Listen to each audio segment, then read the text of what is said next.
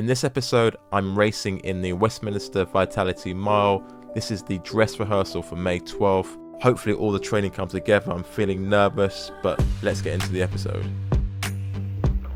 I left my house and I felt fine, and then now I'm on the station heading towards Green Park. I'm starting to feel a little bit of pre-race nerves, so just got to try and step into that fear bubble, as that Middleton says, and just embrace it. I know once I start the race I'll be fine, but it's just all those typical pre-race feelings that you have. I'm feeling good, generally had a good night's sleep, my legs feel good this morning, so just going to give it my best and see how we get on. It's about 8:30, I'm at Green Park, I'm on my way to run the Vitality Westminster Mile. I've had typical race nerves beforehand, but going into my typical routine of kind of listening to a couple of songs that kind of get me focused and thinking about my why and to refocus. One of the things that I try to focus on is thinking about having a conversation with my kids about facing things that we perceive to be uncomfortable, especially when I'm feeling these kind of uncomfortable feelings. It really does help calm me down. So yeah, lots of different ways to set your nerves and get into the right state of mind.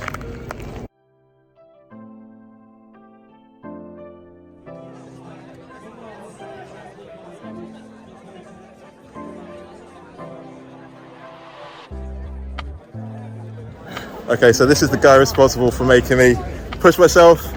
Good result today. A PB, you need to figure out what the actual chip time was. Chip time, okay. Chip time, because we started a little way back. We had 3 or 4 rows of people in front of us, so yeah. We'll probably gain a couple of seconds, I guess, off of what we actually crossed the line in. So bad host, Andy Waterman. Sorry, should have introduced you guys, but thanks, Andy. How did you do today? I think I ran a PB. Yeah, so I'm happy with that, and it's a nice day. It's perfect running conditions, and it's just different running a mile on the road because you don't have these markers every 400 meters like you get on the track. So just totally different. How do you pace yourself? Who do you run with? Such a bigger race than you run in the track as well. So yeah, really different and a learning experience, but quite happy with the time. Good running. Now onto the track race. Obviously, good warm up. Feeling good. Some more training, and then let's get to it. Hopefully a bit quicker with the spike, so let's go.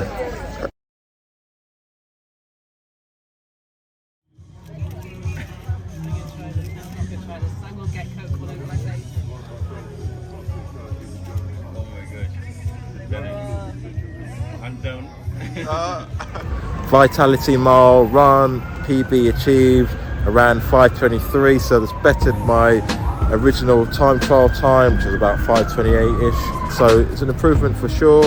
I think I'll be a lot faster on the track. I think the training is definitely helping. In terms of pacing, I think I was just quite nervous, especially at the beginning. You get those butterflies, and as soon as the gun goes off, you're just kind of ready to go. I think the first 400 meters I definitely played it quite conservative. I didn't really want to go out too hard. Again, maybe could have probably thrown caution to the wind, but that's one of those things. I think by the time I got half a mile into it, is then I started to find my groove and started to pick up and overtake some of the people that had passed me initially, which is quite cool to see that happening. And then had a really good final kick, so you know, might not be quite on just yet, but I know I can get into the lower 5s for sure. I think there's definitely more room for improvement. Like I said, it was a good day, like I said, a PB, but like I do think there's like a lot more to give, a lot more further I can go. So now I'm looking forward to seeing how I get on the mile. Up next, I'm actually going to do the 10k tomorrow, Vitality 10,000, and yeah, I'm just going to see how I feel, how the legs feel.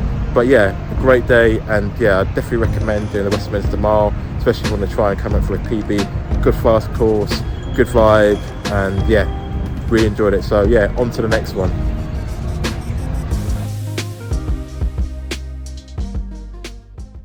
Hey Nick, how you doing? Hey Marcus, good to see you. How you feeling? You just run your mile and a 10k I hear as well. Yeah, I got a PB in both, so you know, both felt really good today and yesterday. So yeah, I feel like the training is definitely helping a lot and running with other runners for sure. I did have quite a bit of pre-race nerves actually beforehand. Oh yeah. Is it just the intensity of it that you're nervous for, or the pain that you know that you're going to be suffering, or whether you're going to hit a time that you want? Like, what's causing the anxiety? My goal was just to literally run as quick as I can without looking at my watch and just go. Oh, So I wasn't nice. focusing on time. The only time I looked at my watch was when I started it and when I crossed the line. I think it's just more a fact of just this is doing something different, isn't it? To be honest, Yeah. and not running the mile before, so not really knowing what to expect. At least for the marathons, even though you get a little bit nervous, I know what to expect up to a point. I know what my routine is with the gels and stuff like that. So for this one, it was just doing something completely different. Although it is running, but it's just something a different event. So I think it was just more just the race itself. Oh, it's a totally different experience. As you said, it's 5 minutes versus 2.5 hours or whatever it is. So when you cross the finish line, how did you feel afterwards? Were you like gasping for air for an hour afterwards, or did it come back pretty quickly? I was trying not to do one of those awful pictures. You know when people like touch their watches and they kind of do that kind of weird sort of Yeah. shake back. So I was like sprinting through as quick as I could to kind of get through. But my lungs definitely felt a little bit burning. But I think that's because of the pollen more so. Mm. But yeah, it definitely felt like just a burning sensation that I've not felt. I don't remember the last time I had that, to be honest. Do you know exactly like what your splits were at each quarter? Have you like been able to look at that afterwards on Strava or whatever data that the event gave you? I've looked at the data on my watch. I went out quite hard in the beginning, and then it kind of settled, and then halfway kind of dipped, and then it picked up. It spiked towards the end. No, is that what you're saying? Your heart rate or your speed are you talking Oh, the about? speed, yeah. Yeah, that's the challenge. How do you stop yourself from like having that lull where you like just settle in? There's no settling in the mile. It's just controlled pressing the whole time. So it's like you got to pick up the effort just to maintain the same pace each quarter. And then the next day, when you're doing the warm up for the 10K, how are your legs feeling having already raced a mile the day before? Were you like, oh gosh, I've got a race in my legs, or you feeling sort of poppy?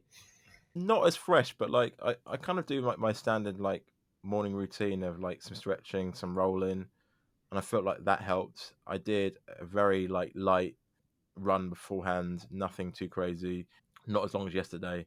Previously with races, I've been more focused on the time what the watch says, and then yesterday and today Yeah, I've just been trying to focus on just giving my effort and like trying to catch a person in front of me and just trying to give my best effort for that moment because your watch kind of can only tell you so much and then you sort of read the data afterwards. And I've even been trying to do that even in the sessions that we've been doing as well.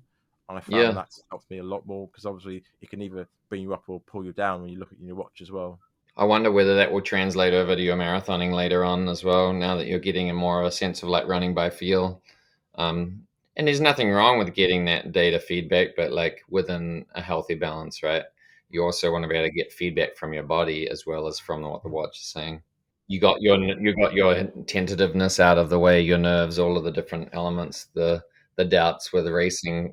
We already raced the day before, so let's go now. Yeah, yeah.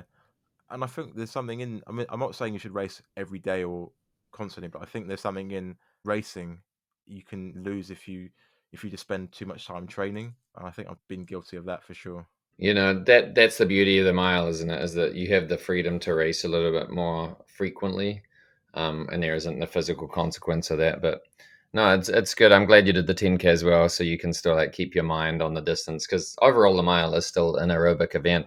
Predominant, it's like 70% aerobic versus anaerobic. So that's good. Well, we'll get the 800 time trial, the half mile time trial coming up this Thursday, and since you've already got a race under your belt, it's less about the psychological element, but you still need the physiological benefit of that workout. It's going to hurt really hard, but that's the point. Like the last 200 meters, your body's going to be full of lactate. You're going to have to like fight through that, hold your form like you do on the hills, keep driving your arms, short but powerful steps. But the other really valuable element, in addition to the stimulus that you get from it, is we'll get feedback to know what your true ability is. If you ran a 5:22 in the mile this past weekend, I would guess that you're going to run. What's that? Take half of that as a 240, so a 230, 800. Let's say you're probably going to run around a 230 would be a good pace guesstimate for you. So that means go out in 75 seconds. So yeah, I would say 75 seconds is a good pace that you should go out and then this 800. And then sort of my calculation is that whatever your time you run, if you run a 230, add 10 seconds to that and then double it. So 230 plus 10 is 240, doubled is a 520. That would be what you're capable of in that mile the following week. So if you run under 230, then that sets you up with a really strong shot at a much faster time. That's within reason, right? There's some people it's only add 7 seconds, some people add 12, depending on whether they're more endurance or more speed side, and you're probably more on the endurance side of things. So yeah, I think let's have you aim for a 230 would be a good way to like set your target pace for this coming Thursday. I guess in terms of like lessons I can take from the race, what based on what I've told you, what would you advise I look at potentially? Yeah, I would say firstly, make sure that you can keep active in the final 15 minutes before. Like you want your muscles to be really warm before a 1500 or a mile. Wear extra layers if you can. Do like your warm up timed so that you're coming into the start having been active rather than being waiting around for 20 minutes. You obviously couldn't control that when you're in a mass participation race. Secondly, don't have that lull in the second quarter. So if that means you have to go out slightly easier in the first 400 so that you can keep progressing through. In an ideal world, you want to run even splits for the first 3 quarters and then pick it up in the final quarter. But you weren't too far off of that. Yeah, so I'd just focus on those things. But otherwise, by and large, I think you're mostly there. I would just say don't back off your training too much this week. You still got a bit of time, and then you can back off in the final 4 or 5 days. But no, I'm curious to hear how the 800 goes, and yeah, we'll chat after that. It's been great chatting with you, Nick. Thank you. Thanks, Marcus. You're welcome. Really enjoyed it.